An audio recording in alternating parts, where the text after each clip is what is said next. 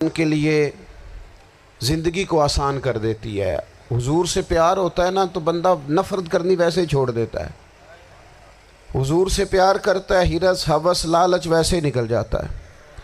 جب حضور سے محبت ہو جاتی ہے، نماز پڑھنا، درگزر کرنا، درود شریف پڑھنا، قرآن پاک پڑھنا، دین کی خدمت کرنا، حتیٰ کہ جان دینا بھی آسان ہو جاتا ہے۔ نبی پاک علیہ الصلوۃ والسلام کی محبت انسان کو کبھی بھی پریشان نہیں ہونے دیتی، الجھنے نہیں دیتی، تازہ دم رکھتا ہے حضور کا پیار۔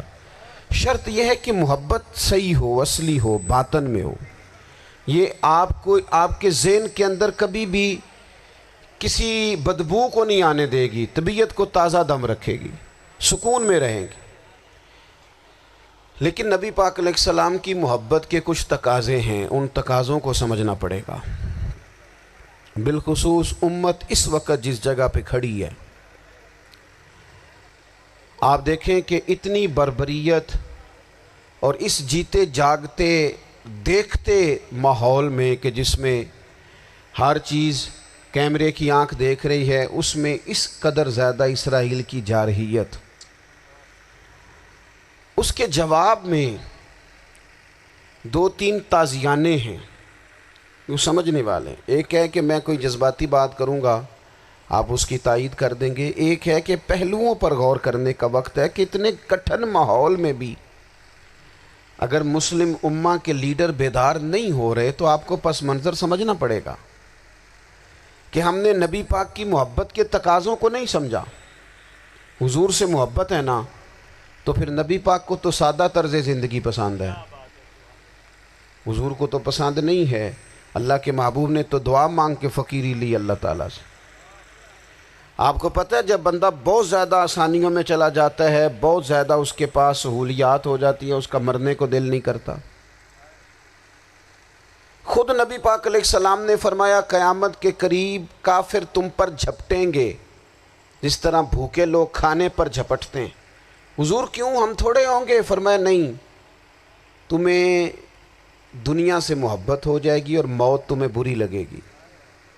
اتنے بڑے بڑے بنگلے، عالی شان محلات، کس کا چھوڑ کے مرنے کو جی چاہتا ہے معاذ اللہ۔ نبی پاک کی محبت کا تقاضا سمجھو، ایسا نہیں کہ وہاں دولت آئی نہیں۔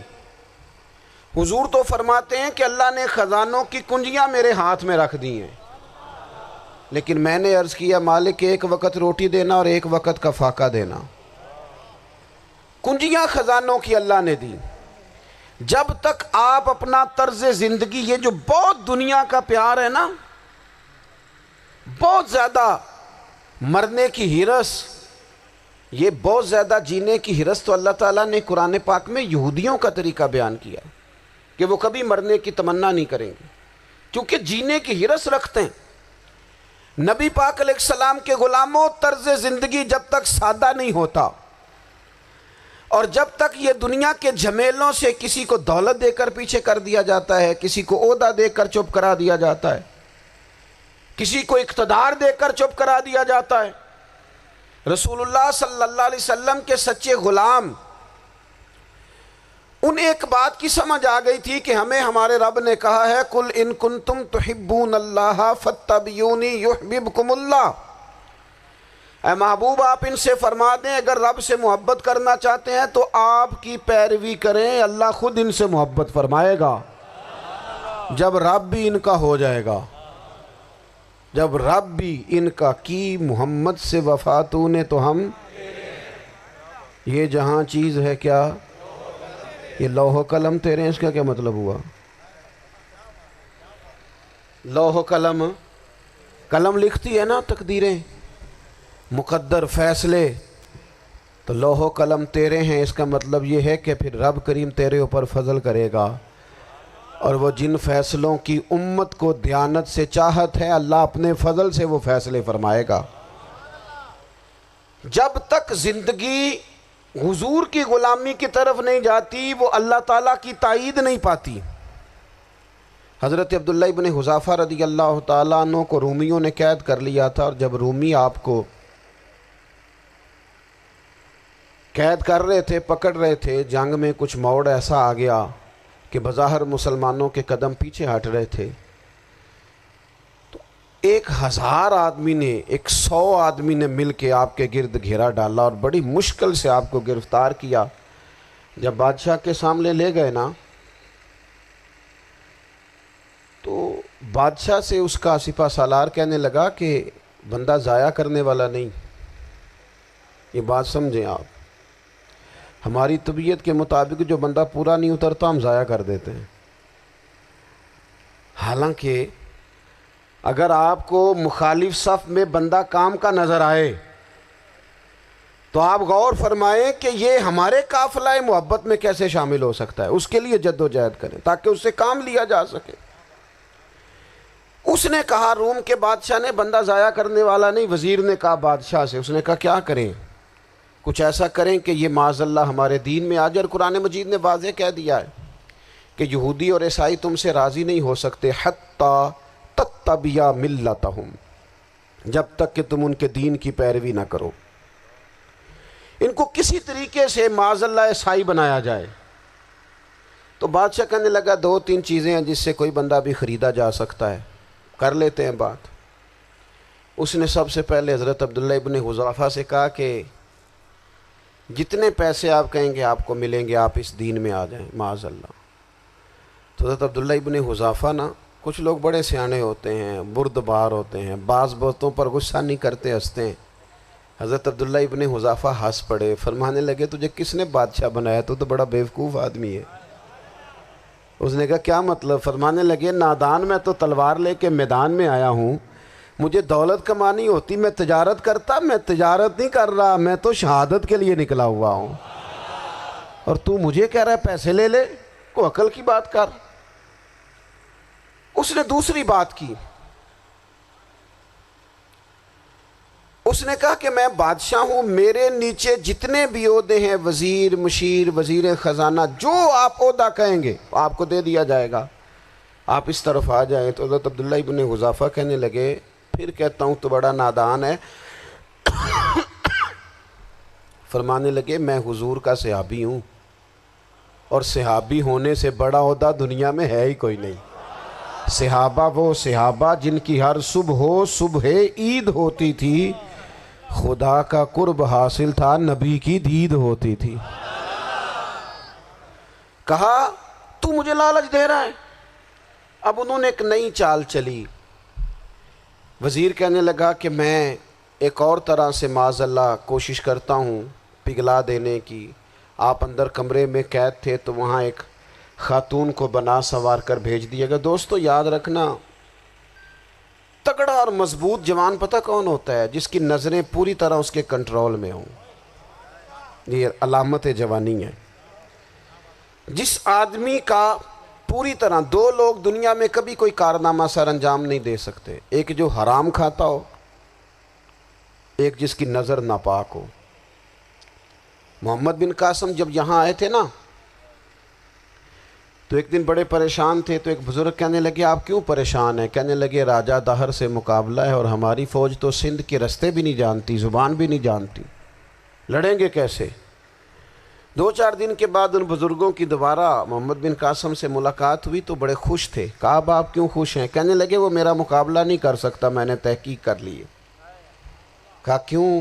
کہنے لگے نظر کا گندہ ہے، اور جو نظر کے گندے ہوتے ہیں وہ میدانوں میں ٹھہرا نہیں کرتے۔ میدان کے لیے نکلنے کے لیے پاک جوانی کی ضرورت ہوتی، تطہیر مزاج ہونا ضروری ہوتا ہے، پاکیزہ افکار اور سچی اور سچی ستھری سوچوں کا ہونا ضروری ہوتا ہے۔ اس لیے فرمایا کہ میرا مقابلہ نہیں کر سکتا۔ حضرت عبداللہ ابن حذافہ کمرے میں تھے، تو وزیر کی بیٹی اندر سجی سنوری پہنچ گئی۔ جیسے ہی آپ نے اس کفر کی چال کو دیکھا تو تیمم کر کے نفل شروع کیے۔ وہ ساری رات بیٹھی رہی، رب کا بندہ ساری رات عبادت کرتا رہا۔ عبادت بڑا سہارا ہے، مصلی بڑا سہارا ہے اللہ کے بندوں۔ صبح دروازہ کھولا، وزیر نے اپنی بچی سے پوچھنا چاہتا تھا رزلٹ کیا نکلا، تو وہ کہنے لگی پیچھے ہٹ جا، اب تیرا میرا تعلق کوئی نہیں، میں نے نبی پاک کا کلمہ پڑھ لیا۔ اس نے کہا میں نے بھی زمانہ دیکھا ہے، پر یہ کیا لوگ ہیں، کستوری کے بنے ہوئے، سندل سے دھلے ہوئے، کہ میں ساری رات کمرے میں رہی اور 100 اور 1000 آدمی جس جوان کا مقابلہ نہ کر سکے، اتنا طاقتور جوان کمرے میں رہا اور اس نے نظر اٹھا کے نہ دیکھا، او کچا رنگ للاری والا جڑا چڑھدا تے لیندا رہندا ہے، اے عشق تیرے دا رنگ محمد چڑھیا پھر نہیں لیندا۔ میں کہا ایک دفعہ نظر اٹھا کے نہیں دیکھا، کمال ہو گئی، اتنے بڑے لوگ، اتنی بڑی سعادت مندی، فیروز بختی، معاملہ فہمی، حد ہو گئی۔ اللہ اکبر۔ دوستو، بادشاہ جب پوری طرح ہار گیا نا، اس نے کہا مار دو۔ تیل گرم کیا ایک کڑاہی میں، اور جب آپ کو اس میں ڈالنے لگے تو آپ کی آنکھوں میں آنسو آ گئے۔ بادشاہ کا خیال ہوا شاید نرم ہو گئے ہیں، کہنے لگا روئے کیوں؟ فرمانے لگے سوچتا ہوں جان ہی ایک ہے، کتنا مزہ ہے اس کی راہ میں جان دینے کا، کتنی لذت ہے اس کے نام پر مرنے میں، کتنا لطف ہے۔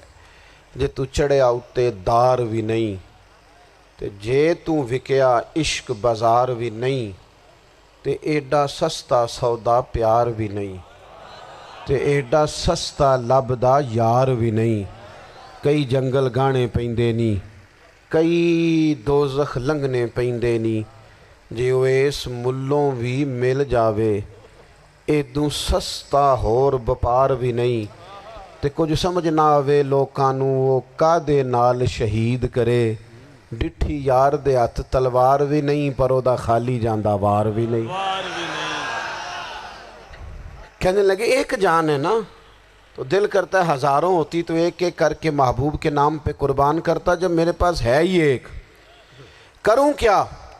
حضرت عبداللہ ابن حذافہ رضی اللہ تعالیٰ عنہ جب روئے اور بادشاہ نے یہ بات سنی تو بادشاہ اٹھ کے کھڑا ہو گیا، سارے وزیروں مشیروں کو کہنے لگا تم نے کہا تھا نا بندہ ضائع کرنے والا نہیں، یہ بھی ضائع کرنے والا نہیں۔ کہنے لگا میرا ماتھا چومو، تم جیسے لوگوں کو قتل نہیں کرنا چاہیے، آزاد کرنا چاہیے۔ عزیز، اپنی زندگی سے نا یہ بہت زیادہ ہرس، ہوس، طمع، اور یہ کسی بات کی بھی ہو، ہرس صرف پیسوں کی نہیں ہوتی ہے، شہرت کی بھی ہوتی ہے، یہ بیماری انسان کو اقتدار کی بھی ہوتی ہے، تعریف کی بھی بیماری ہوتی ہے، یہ سارے نقص ہوتے ہیں لوگوں کو، اور معاذ اللہ بعض جبوں کبوں کے اندر بھی ہوتے ہیں، وہاں بھی پنپتے ہیں۔ اپنی زندگی جب تک اس سادگی میں نہیں لاؤ گے جو رسول پاک نے عطا فرمائی ہے، جب لوگ آسانیوں میں پوری طرح الجھ گئے تو پھر وہ دور ہوئے اور کفر چڑھ گیا۔ دوسری بات، اللہ کے محبوب صلی اللہ تعالیٰ علیہ وسلم کی محبت ہم سے تقاضا کرتی ہے کہ ہم اس مشن کے لیے کام کریں جس مشن کے لیے رسول پاک نے کام فرمایا ہے۔